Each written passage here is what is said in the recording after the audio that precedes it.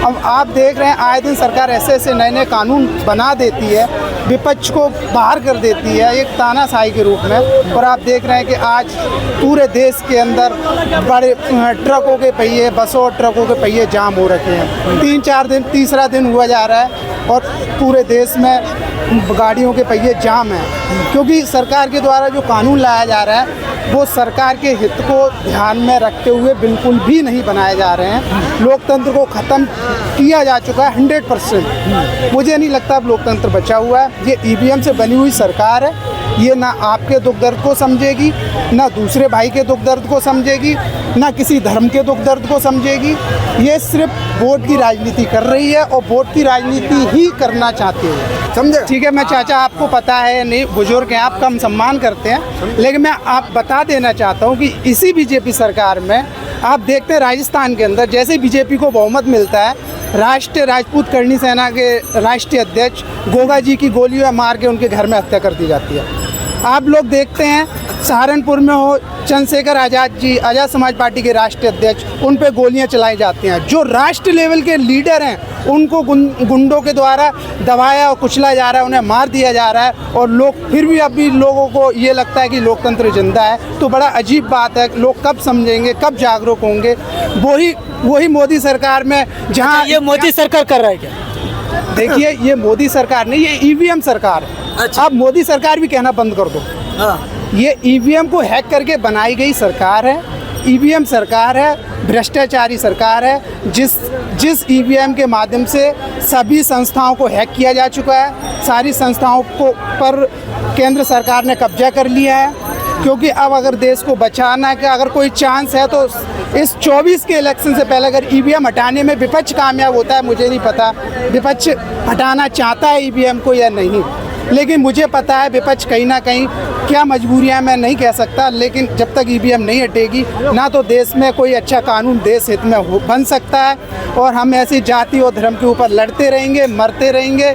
हम कभी made in India, made in India, made in India हमारा एक सपना रह जाएगा। मुझे नहीं लगता हमारा देश आज 21वीं सदी में जो जी रहा है कि जो विदेशों की तरह मेड इन, जैसे जो अमेरिका है, जापान है, लंदन, पेरिस, फ्रांस, विदेशी जो कनाडा, यूक्रेन, उनकी तरह हम लोग शिक्षित हो पाएंगे, विकसित हो पाएंगे जब तक ये नेता अपनी रोटियां सेकते रहेंगे और हमारी पब्लिक गुमराह होती रहेगी। ये कहने से क्या होता है?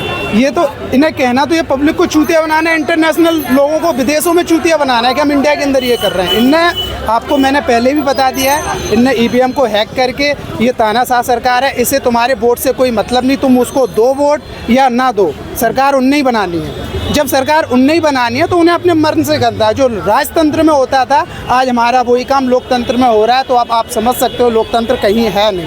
अच्छा जी, और मैं यही कहना चाहूँगा कि अगर देश को आगे बढ़ाना है तो जाति धर्म की राजनीति ख़त्म की जाए और देश को विज्ञान की ओर ले जाया जाए, अंधविश्वास से निकाल के विज्ञान की ओर ले जाया जाए, अंधकार से निकाल के प्रकाश की ओर ले जाया जाए। और नेताओं को थोड़ा स्वार्थी कम होना चाहिए ताकि ये देश बर्बाद ना हो जाए। ये डीमक अगर जिस तरीके से डीमक लगी हुई देश के अंदर, हमारा देश बहुत जल्द इस तरीके से खोखला हो जाएगा। जैसे हम सोचते, अभी देखते थे बीच में श्रीलंका का हमने सुना था क्या हाल हुआ था, महंगाई किस स्तर पे हो गई थी, वही हाल हमारे यहाँ हो चुका है। 2014 में जो कांग्रेस के टाइम पे, मैं किसी पार्टी का पक्षधर नहीं हूँ, लेकिन कांग्रेस के टाइम पे जो कर्ज 55 लाख करोड़ था वो आज देख रहे हैं 205 लाख करोड़ हो चुका है। लोगों को सोचना चाहिए, आज़ादी के टाइम से और कांग्रेस के रहने तक 14 तक सिर्फ 55 लाख करोड़ जो कर्ज था वही आज आप देख रहे हो 14 से, और आज आपका 24 लग चुका है।